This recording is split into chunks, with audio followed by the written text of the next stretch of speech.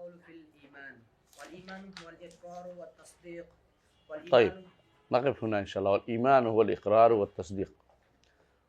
الإيمان هو الإقرار والتصديق। আমলটাকে তাহলে বোঝা গেল যে হ্যাঁ আমলটাকে তিনি কি করেন নাই, অন্তর্ভুক্ত করেন নাই। এইটা ওনার মত ছিল, এটাই ওনার মত ছিল, এটাই বোঝা গেল ওনার মত ছিল।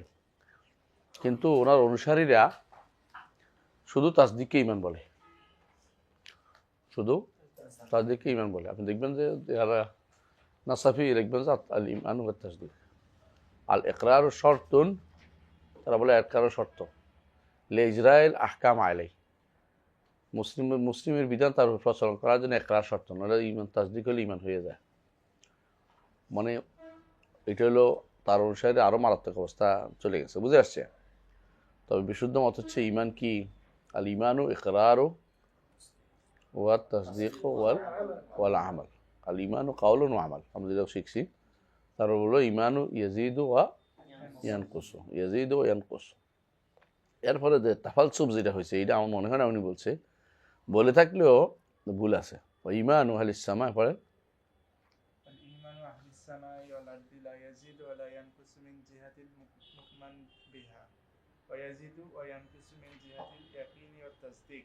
হ্যাঁ, বলতেছে ইমা আহলুস সামা ওয়াল আরদ, আসমান এবং জমিনবাসীর ঈমান, আসমান এবং জমিনবাসীর ঈমান বাড়ে না কমে না, মিন জিহাতিল মু'মিন বিহা, কিসের উপর ঈমান আনবে এটার নাকি বাড়ে না কমে না। এটা একটা যদি সত্য হয় ওনার থেকে, তবে মৌলিক অর্থে খারাপ না। মানে আমাদের ঈমানের যে 6টা 8টা হবে না, এটা বলা উদ্দেশ্য। এটা বলা যেতে পারে, কিন্তু মৌলিকভাবে জ্ঞানের দিক থেকে তো বাড়ে, জ্ঞানের বাড়ে না। কেউ কম জানতো এখন বেশি জানে না, এরকম হয় না? তাহলে এটা তো বলা যাবে না যে মু'মিন বিহা, এটার ভিতরেও কিন্তু কি আছে, কিছু কমতি বাড়তি জ্ঞান আছে। কারো জ্ঞান কম থাকে আল্লাহর উপর ঈমানের বিষয়ে, লেখাপড়া জেনে বাড়ছে না। হ্যাঁ, কোরআনে কারীম যখন তিলাওয়াত করে নতুন তথ্য পায় তখন মনটা ভরে যায়, তো ঈমান বাড়লো না। তো এটা মু'মিন বিহাই তো, যেগুলি ঈমান আনছে ওইগুলির ভিতরে বাড়ে কমে। কিন্তু তারা বলে, উনি বলতেছেন ইয়াজিদ ওয়া ইয়ানকুস মিন জিহাতিল ইয়াকিন ওয়া তাসদীক, দৃঢ়তা এবং সত্যায়নের দিক থেকে বাড়ে কমে। কিন্তু কখনো কখনো নতুন তথ্য পাইলে তো বাড়ে। যেমন অনেকেই ধরেন কান্তরার খবর জানতো না। আখেরাতে অনেকগুলো জিনিস আছে না, এর মধ্যে কান্তরা আছে, ফুলসেরাতের পরে কান্তরা আছে, ছোট সাকু আছে, এটা অনেকেই জানে না। এটা জানার পরে তার ঈমান বাড়ে নাই। এটা মোমান বেহা না, যার উপর ঈমান আনতে হবে একটা এমন জিনিস না, তাই না? তাহলে বোঝা গেল যে কথাটা যতই ফালসাফি হোক, কথাটা কি নয়, শুদ্ধ না, কথাটা শুদ্ধ না। এই জন্য এটা ওনার বক্তব্য বলে মনে হচ্ছে না। এটা কেউ মিল করছে, বাড়ে না কমে না হলে তো আমি দেখতে পাচ্ছি আমার মাঝে মধ্যে বাড়ে। তো এবার মিনহাইসুল মান বিহা, আর একটা মিনহাইসু জিহাত ওয়াল ইয়াকিন, মিন জিহাতুল ইয়াকিন ওয়াত তাসদীক, এটাও গ্রহণযোগ্য না, এটাও গ্রহণযোগ্য না। বুঝে আসছে? যতই ফালসাফা তাফালসুফ করে না কেন, এটা গ্রহণযোগ্য না। ঈমান বাড়ে কমে, ঈমান বাড়ে, ঈমান কমে। কোনো কিছু জানতেন আপনি, এখন ভুলে গেছেন, ঈমান কমছে। মুমিন বিহা হোক আর অথবা মিন জিহাতিল ইয়াকিন ওয়াত তাসদীক হোক, অনেক কিছু পুরোটাই ভুলে যায়, অনেক কিছু পুরোটাই ভুলে যায়। অনেক কিছু ভুলার পরে তার প্যারামিটার বাড়ে জানার পরে, একটু জানছে বেশি জানে, আর কোনোটা নতুন করে জানছে। সুতরাং এই তথ্য সঠিক না যে মিন জিহাতিল মু'মিন বিহা ওয়া ইয়াজিদু ইয়ানকুসু মিন জিহাতিল ইয়াকিন ওয়া তাসদীক, এইটা আসলে সঠিক বলে মনে হচ্ছে না। বুঝে আসছে কেমন? তাই والمؤمنون مستاءون في الإيمان والتوحيد متفاضلون في الأعمال। আল মুমিনুনা মুস্তাগুনা ফিল ঈমান ওয়াত তাওহীদ, কথাটা কি ঠিক?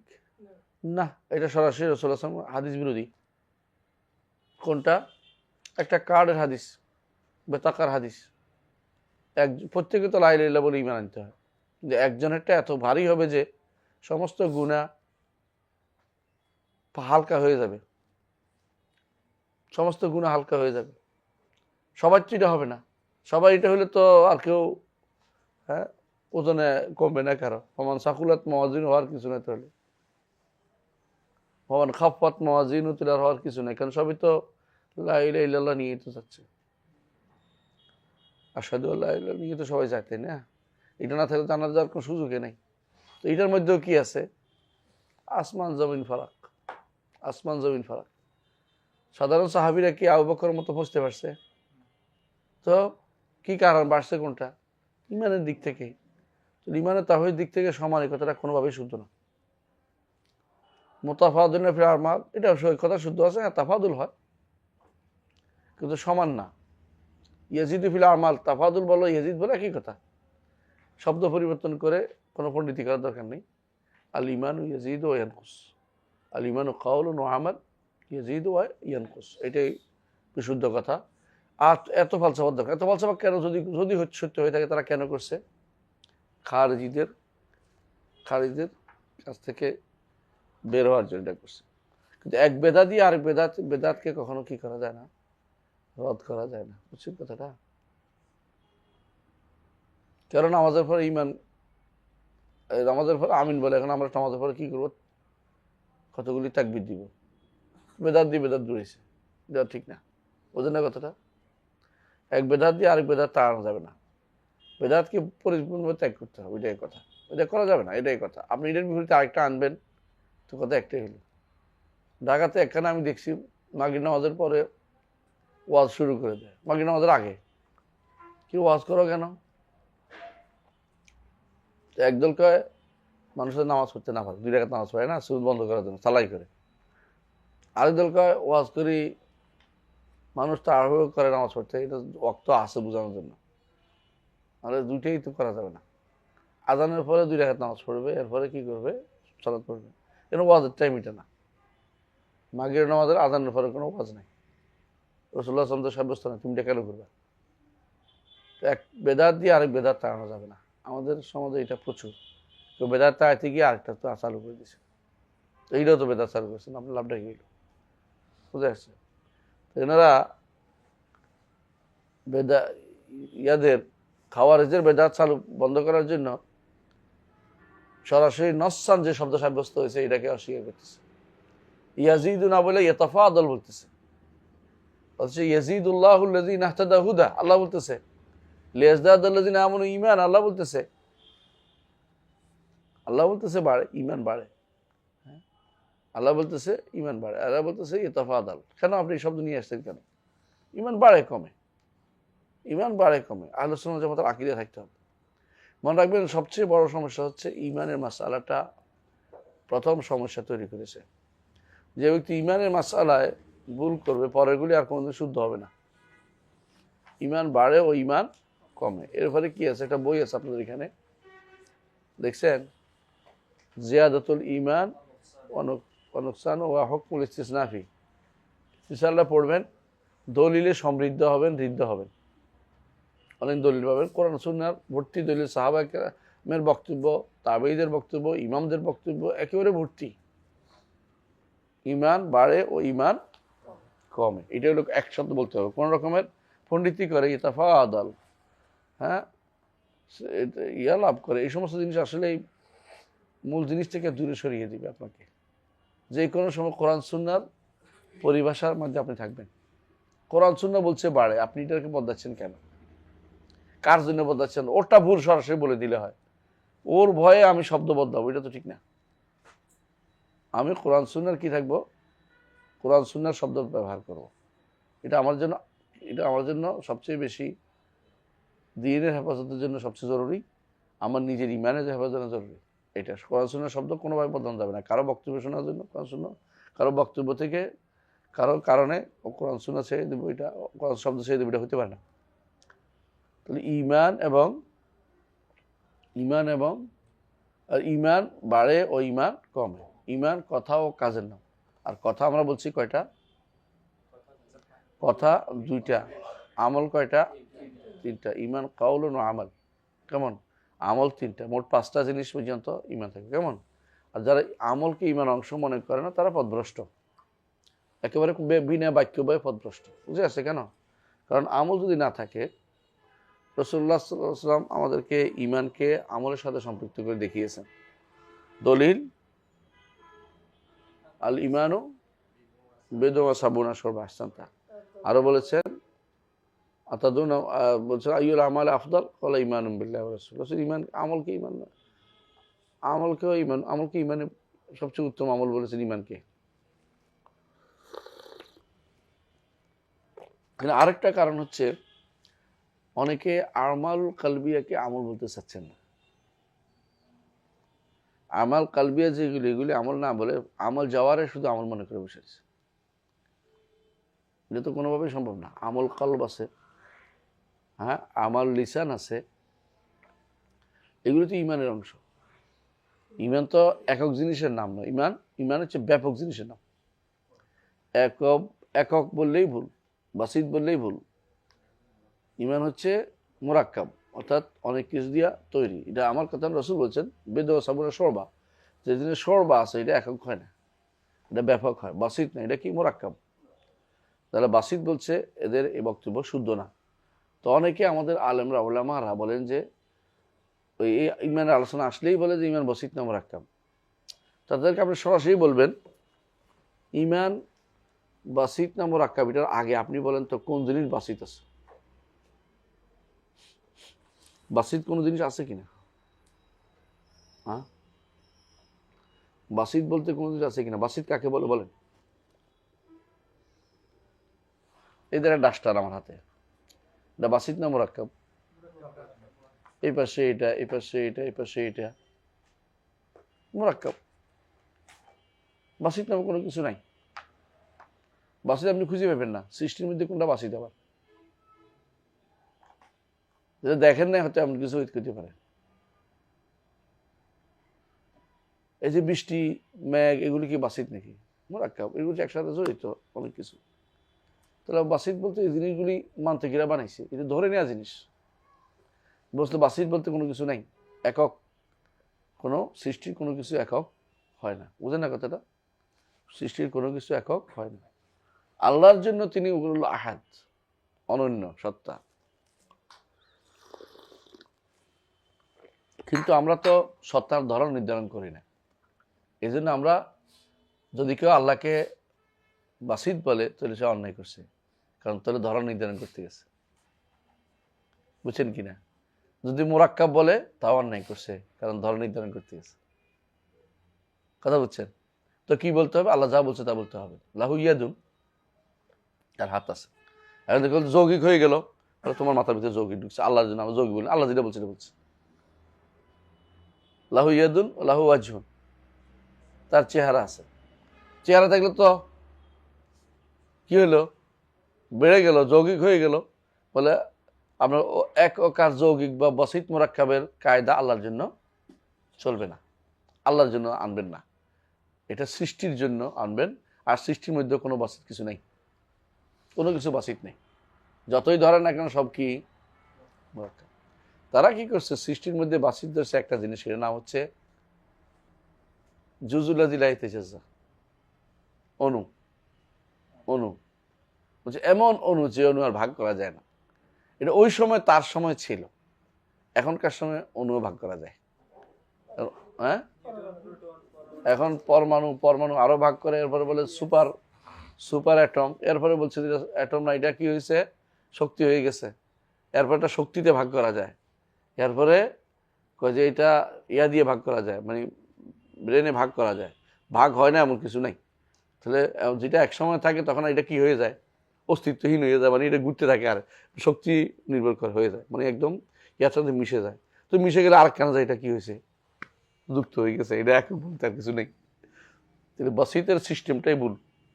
এটা কোথেকে আসছে? ডেমোক্রেটসের থিওরি থেকে নিছে। গ্রিক দার্শনিক ডেমোক্রেটস বলে আর কি আরবিতে, তা এর থেকে নিয়েছে। ডেমোক্রেটসের থিওরি থেকে বাসিত মোরাক্কাব নিয়া আমাদের হুজুর আমাদের খুব কষ্ট দিছে এগুলি পড়াতে। এগুলি বেহুদা পড়ানো। ইবনে তাইমিয়া রহমতুল্লাহ আলাইহি বলতেন মানতেক হচ্ছে লাহমু জামালিন গাসসিন। হ্যাঁ, লিখে দিই, হ্যাঁ, তো মনে থাকবে। লাহমু জামালিন গাসসিন, লাহমু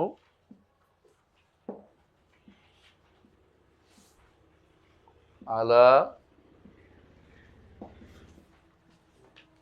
লাহমু জামালিন গাসসিন আলা জাবালিন ওয়াইরিন, পচা উটের গোস্ত রাখা আছে সর্বোচ্চ পাহাড় শৃঙ্গের উপরে। ফালা সাহলা ফায়ুরতাকা ওয়ালা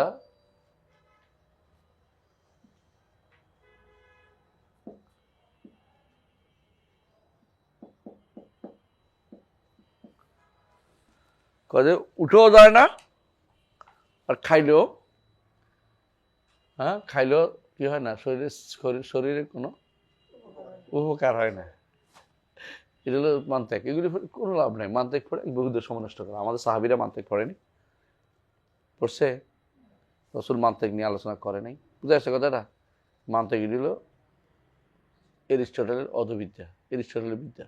ওই বিদ্যা যেখানে ঢুকছে সেখানে কিন্তু সবসময় ওয়াইল এবং ধ্বংস নিয়ে ঢুকছে। বুঝে আসে? ফালা সাহলা ফায়ুরতাকা ওয়ালা সামিনা ফায়ুনতাকা। ফায়ুনতাকা মানে ইন্তেকা করে, বাছাই করা। খাইলেও বাছাই করে নিলেও পেটে ডিস্টার্ব হয়, মানে সামিনা আপনার হয় না, তো তেল হয় না আর কি, শরীরে হয় না, চর্বি টর্বি হয় না, খাইলে কোনো লাভ নেই আর কি, আরও পেট খারাপ হবে। আরও বলতেন কি, তিনি আরও বলতেন যে লা ইয়াহতাজু ইলাইহি যাকি ওয়ালা ইয়াস্তাফিদু মিনহু ওলা ইয়াস্তাফিদু মিনাল বালিগ। আর আমরা যুগে যুগে লিখছে, এটার রদ লিখছে, নকদুল মান্তাক ইবনে তাইমিয়া, এটা বই আছে। আরেকটা বই আছে আর-রাদ্দুল মান্তাকিন, দুটো আলাদা আলাদা দুটো বই আছে। ইবনে তাইমিয়া ছাড়াও এর আগে অনেকেই আর রদ্দ আলা আহল কালাম করছেন, রদ্দুল কালাম করছে, বই লিখছেন। এরা সবগুলি এই রদ্দে, এই কালাম শাস্ত্র রদ করে বই লিখছেন আলেমরা। এবং রদ আবু ইউসুফ থেকে শুরু হয়েছে, রদ এখন পর্যন্ত চলতেছে। ইমাম আবু ইউসুফ রদ করছে কঠিনভাবে।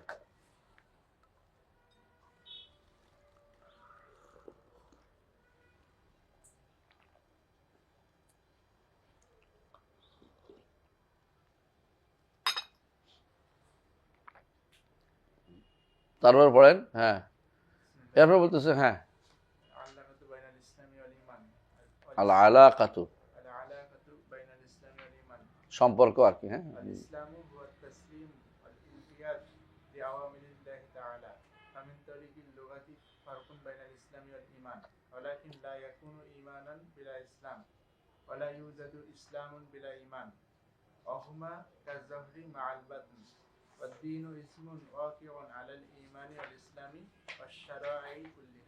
মাশাআল্লাহ, সুন্দর কথা বলছো। ওয়াল ইসলামু হুয়া তাসলিমু ওয়াল ইনকিয়াদু লিআমরিল্লাহি তাআলা। ইসলাম শব্দের উনি শব্দ ইয়া থেকে নিচ্ছে, লোগা থেকে নিচ্ছে, শব্দগত বুদ্ধিমত্তি থেকে। বলছেন ইসলাম হচ্ছে আত্মসমর্পণ করা, মেনে নেয়া। এই দুইটা কিন্তু আমরা ইসলামের সংজ্ঞার ভিতরে পড়ছি, তাই না? তিনটা জিনিস বলছিলাম না? শিরক ও আহলি, এই দুইটা এখানে উল্লেখ করেছেন তিনি। একটাই তাসলিমও বলছেন, ইনকিয়াদও বলছেন। ইসতিসলাম লিল্লাহি বিত্তাওহীদ, এটা হলো তাসলিম। আর এটা হলো ইনকিয়াদ লাহু বিত্তাআ, এটা হলো ইনকিয়াদ লিআ আমরিল্লাহি তাআলা। দেখছেন তো, দুইটাই আবু হানিফা উল্লেখ করছেন। তো ইসলাম অর্থ শুধু কি নয়, শান্তি নয়। ইসলাম মানলে শান্তি পাওয়া যাবে, কিন্তু ইসলাম অর্থ শান্তি না। ইসলাম অর্থ ইসলাম মানলে শান্তি পাওয়া যাবে। ইসলাম মানলে শান্তি পাওয়া যাবে, কিন্তু ইসলাম অর্থ শান্তি নেই। ইসলাম অর্থ ইসতিসলাম, আত্মসমর্পণ, তাওহীদ নিয়ে আত্মসমর্পণ। আরেকটা হচ্ছে ইনকিয়াদ লিআ আমরিল্লাহি তাআলা, মেনে নেয়। আর 3 নম্বরটা হচ্ছে আল বারাআতু মিনাশ শিরকি ওয়া আহলিহি, এটাও দরকার বেশি। এটা আলোচনা খুব কমই হয়। একটার সময় কোনো কোনো আলেমদের আলোচনা নাও করে, আপনাকে করতে হবে কেন? কখনো কখনো আলেমরা এটাকে প্রকাশ্য জিনিস মনে করে আলোচনা করে না। পরবর্তী যখন এটাকে দেখবেন যে অপ্রকাশ্য হয়ে গেছে, তখন এটাকে তুলে ধরতে হয়। বুঝে আসছে কথাটা? আপনি সালাফদের কওলের মধ্যে ধরেন আল কোরআনু কালামুল্লাহ, দূরে পাইবেন। কিন্তু গায়রে মাখলুক কেন বলা হচ্ছে? কারণ কিছু মানুষ কালামুল্লাহর মাখলুক বলতেছে, এই জন্য। পার্থক্য বুঝছেন তো? ঠিক অনুরূপভাবে আল্লাহ তাআলা ইস্তাওয়া আলা আরশি, তিনি আরশের উপর উঠেছেন বলবেন, সাথে এখন বাড়াই বলে বা ইনু মিন খালকি, সৃষ্টি থেকে আলাদা। কেন বাড়াতে হবে? কারণ অনেকে দুইটা একসাথ করে ফেলছে, তিনি আরশের উপরও আবার সৃষ্টির ভিতরেও। এটা আশারি মাতুদের সর্বশেষ আশারি মাতুদের সর্বশেষ থিওরি হচ্ছে এটা। তিনি উপরেও নিচেও সব জায়গাতে, কোথায় নাই সব জায়গাতে আছে, উপরেও আছে, মানে আমারও খুশি করছে, সবারই খুশি করে দিতে রাজি আছে। আর শব্দের ফুল জুড়ি দিয়ে খেলাধুলা করে। হ্যাঁ, আল্লাহ আরশের ঊর্ধ্বে, অর্থ কি? আরশের উপরে বলা উদ্দেশ্য না, মানে আরশে থাকা থেকে ঊর্ধ্বে, মানে তার আরশে থাকবে না, মানে চালাকি করছে এটা শব্দ দিয়া। দেখবেন আপনি এটাই কইছে যে ছেলে ফুলে যখন ধরছে অমুক বিন তমুক আছে না একটা, এটা ধরছে, তখন উত্তর দিতে হ্যাঁ আল্লাহ আরশের ঊর্ধ্বে। তার উদ্দেশ্য হচ্ছে আরশের উপরে থাকা থেকে ঊর্ধ্বে, আরশের উপরে নাই, এটা বোঝানো যায়। যে ব্যক্তি আল্লাহকে আরশের উপর বলবে না, সে ব্যক্তি জাহমি। জাহমিরা ইমানদার না, জাহমিরা কাফের। সালফে সালিহিন তাকফির করেছেন। ইমাম বুখারীর কিতাবের নাম কি রে? বুখারীর এই নামে নাই তো। ইমাম বুখারীর কিতাব আছে খালকু আফআইল ইবাদ। ইমাম বুখারীর খালকু আফআইল ইবাদ বইটা পড়বেন, অন্তত এই বিষয়ে আপনি খুবই সুন্দর জিনিস পাবেন। এটা অনুবাদ হচ্ছে, ইনশাআল্লাহ বেরিয়ে গেলে পাবেন। খালকু আফআইল ইবাদ, বুখারী রাহমাতুল্লাহ। আকীদার ক্ষেত্রে একটা সেরা বই।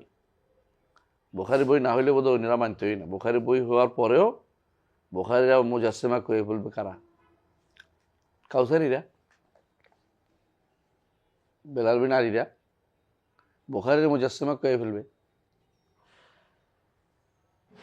এরা মুহাদ্দিসরা মুজাসসিমা করে ফেলছে এর আগেই। তাহমিদুল মাওলা বা আবরার বা আরো একটা কেডা আছে না, শামসুদ্দোহানা, আশরাফি, আরো কত, এগুলির কাম হইল হ্যাঁ ফারাইজি বলছে তো মুহাদ্দিস কি ফারাইজি না ফারাজি, হ্যাঁ লুতু এগুলি কি করে মুহাদ্দিসদেরকে মুজাসসিমা। তো তোরা মুআত্তিলা না, মুহাদ্দিসদেরকে যারা বলে, মুহাদ্দিসদেরকে যারা সহ্য করতে পারে নাই, তারা দ্বীন ও আকীদার মধ্যে সবচেয়ে দুর্ভাগ্য অবস্থা আছে। কারণ ইমাম আহমদ ইবনে হাম্বলকে জিজ্ঞাসা করা হয়েছে যে রাসূলুল্লাহ সাল্লাল্লাহু আলাইহি ওয়াসাল্লাম বলেছেন যে একটি গোষ্ঠী সবসময় হকের উপর থাকবে, এরা কারা? তিনি বলছেন ইনলাম ইয়াকুন হুম আহলুল হাদিস ফালা আদরি মান হুম, মুহাদ্দিসরা না হলে আমি জানি না এরা কারা। মুহাদ্দিসরা কেন হকের উপর থাকে? রাসূলুল্লাহ সাল্লাল্লাহু আলাইহি ওয়াসাল্লাম বাণী হককে বহন করে, আর মুহাদ্দিসরা সবসময় এটার সাথেই থাকে, এখানে শয়তান ঢুকতে পারে না, বুঝছেন? আর কোরআন কারীম হক, কোনো সন্দেহ নাই, কিন্তু বুঝার ক্ষেত্রে মানুষের কি আছে, ভিন্ন ভিন্ন মত থাকতে পারে। হাদিস বুঝার ক্ষেত্রে খুব কমই ভুল হয়, তারপর ভুল হইলে মানুষ শুদ্ধ করে ফেলতে পারে, অন্য হাদিস স্পষ্ট আছে। কোরআন কারীম হাম্মাল, বহু অর্থ বহন করে। আলী রাদিয়াল্লাহু আনহু যখন ইবনে আব্বাস রাদিয়াল্লাহু আনহুকে পাঠিয়েছেন খালিদের সাথে মুনাজারা করতে, তখন বলে দিয়েছেন তুমি তাদের সাথে কোরআন নিয়ে মুনাজারা করবে না। কি দিয়ে মুনাজারা করবে? রাসূলের সিরা দিয়ে, অর্থাৎ হাদিস দিয়ে। রাসূলের সিরা দিয়ে হাদিস তুমি মুনাজারা করবে। তো বলছে আর বলা লাগবে না, আপনি আমাকে সংক্ষেপে যা বলছেন যথেষ্ট। তিনি তাই দিয়ে করেছেন, যাই বলছেন যে আমার চাচাতো ভাইয়ের উপর তোমাদের সমস্যাটা কি বলো, আলীর জন্য তোমাদের সমস্যাটা কি বলো। বলছে তিনি কেন সালিশ মানলেন, তিনি কাফের হয়ে গেছেন। কারণ শোনো, রাসূলের সিরার মধ্যে আছে রাসূলুল্লাহ সাল্লাল্লাহু আলাইহি ওয়াসাল্লাম সালিশ মানছে কোথায়? হুদায়বিয়াতে। তো তখন কি হয়েছে? আবার একদল বলছে তা বুলের উপরে আসি আমরা, একদল ফিরে চলে আসছে সঙ্গে সঙ্গে, ইবনে আব্বাস দিয়ে চলে আসছে। এরপর জিজ্ঞাসা করলেন যে আর কি আছে তোমাদের সমস্যা? আর হচ্ছে তিনি বলছেন ইনুল হুকমু ইল্লা লিল্লাহ, আল্লাহ বলছে বিচার তো আল্লাহ করবে, আর তিনি বিচারক মানছে অমুককে তমুককে। ঠিক আছে, রাসূলুল্লাহ সাল্লাল্লাহু আলাইহি ওয়াসাল্লাম তিনি আল্লাহ কোরআনে বলছে যে ফাবাসু হাকাম মিন আহলিহি হাকাম মিন আহলিহা, তাই না? আর রসুলও কি করছেন, এরকম বিভিন্ন সময় সালিশ মানছে, তো এটা কি কইবা, এটা তো ঠিক আছে, আবার ফিরে আসে, একদম চলে আসে। এরপর জিজ্ঞাসা করতেছে আর কি, আর হইলো আমাদেরকে গনিমতের মাল দিতে দেওয়া হয়নি। বলেন তো ইমানদারদের মধ্যে যুদ্ধ হলে তো গনিমতের মাল হয় না, তোমাদের মধ্যে কে নিবে, আশারা দিল নাকি? কারণ আমরা কেউ নিব না, গনিমত হিসেবে নেওয়ার তো সুযোগ নাই, আশারা দিলে যুদ্ধ আমরা নিব না। তো তো বুঝছো তো, মুসলমানদের মধ্যে যুদ্ধ হলে এটা তো গনিমত হয় না। মুসলিমদের যুদ্ধ হলে গনিমত নেওয়ার কোনো সুযোগ নেই, বরং যে আক্রান্ত হইলে যে পালাবে তাকে পিছন দিকে ছুরি মারার সুযোগ নেই। যুদ্ধের ময়দানে দূরে চলে গেলে তাকে আঘাত করার সুযোগ নেই। কাফের হলে তার পিছু নেওয়া জায়েজ, কিন্তু ইমানদার হলে পিছু নিতে পারবে না। যুদ্ধের ময়দানে চলে গেছে, চলে যাক। তো তাদের আবার আরেকদল ফিরে আসছে, হয় কথা ঠিক আছে। বাকি রইল অল্প কয়েকজন, তারা খারেজিরা, তাদের মাথা মোটা, বুঝে না কিছু। এখনকার খারেজির মতো। এখনকার খারেজিদের সবচেয়ে বড় সমস্যা কি জানো? তাকফির মুআয়্যান এবং তাকফির মুতলাকের মধ্যে পার্থক্য করতে পারে না। তাকফির মুআয়্যান এবং তাকফির মুআয়্যানের মধ্যে পার্থক্য করতে পারে না। তাকফির মুতলাক বুঝেন? তাকফির মুতলাক বুঝেন? আমি দেখছেন, আপনি খেয়াল করেছেন, আমি বলছি কি, হ্যাঁ, কাজকে যে এইটা করবে সে কাফের। এবং বলছি জাহমিয়ারা কাফের কইছে মাশায়েখরা, আলেমরা মাশায়েখ বলছে, বুঝলেন তো? আমরা বলছি যে ব্যক্তি বলবে, খেয়াল করেন, যে ব্যক্তি বলবে আরশের উপরে কেউ নাই সে কাফের, আরশের উপরে আল্লাহ নেই। খেয়াল করছেন তো? একটা ব্যক্তিকে কাফের বলার আগে অনেকগুলো শর্ত এবং অনেকগুলো পূরণ করতে হয়, এবং অনেকগুলো বাধা দূরীকরণ করতে হয়। শর্ত পূরণ এবং বাধা দূরীকরণ করতে হয় ব্যক্তিকে, গোষ্ঠীকে, এবং গোষ্ঠীও। যদি গোষ্ঠীর বিশ্বাস আকীদা লেখা হয়ে থাকে এবং সবাই পোষণ করে শিওর হয়ে যান, তখন আপনি তাকফির করবেন। যেমন জাহমিয়াদের,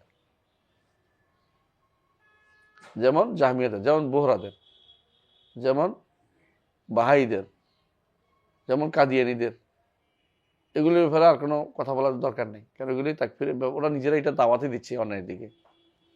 যারা এর কুফুরের দিকে দাওয়াত দিচ্ছে ওদেরকে আর তাকফির না করে থাকতে পারবেন না। কিন্তু যে কুফুরিতে পড়ছে তার জন্য কি লাগবে? শর্ত পূরণ, বাধা দূরীকরণ লাগবে, বুঝছেন তো? এই যে আশারি মাতুরিদেরকে আমরা তাকফির করি না,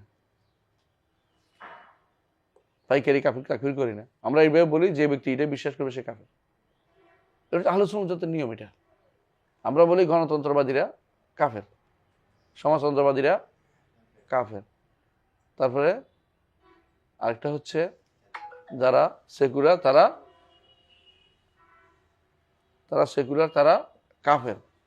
কিন্তু একজন ব্যক্তিকে বলছি, কেন বলি না?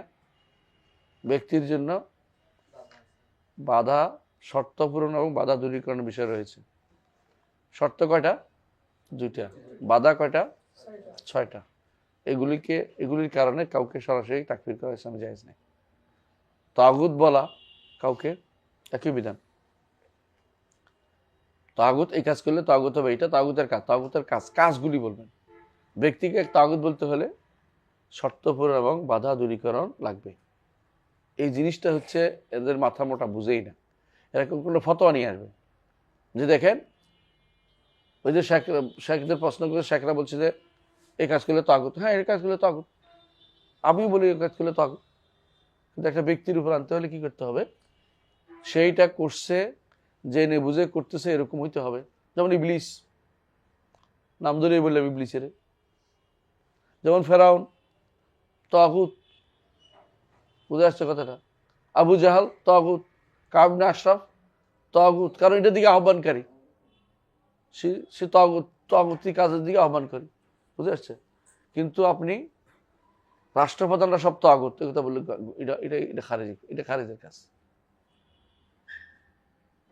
অথবা নির্ধারণ করে বাংলাদেশের অথবা আমেরিকার, আর আমেরিকার তাগুত ঠিকই আছে, মানে পাকিস্তানের অথবা আফগানিস্তানের অথবা অমুক দেশের রাষ্ট্রপ্রধান, এরা তাগুত। এটা হচ্ছে কি? খারিজের কাজ। যেটা করে কারা? আদনানীরা করে, যত আদনানীরা এই কাজ করে। বুঝে আসছে? এরা কি করে, প্রথমে চিকন হয়ে ঢুকবে আপনার কাছে, আপনার হকটা নিবে, নিয়ে আস্তে করে বাড়াইতে বাড়াইতে তাদের বক্তব্য ঢুকিয়ে দিবে। আসলে তাগুত কারা, কি বলবেন? তাগুত কারা? তাগুত কারা?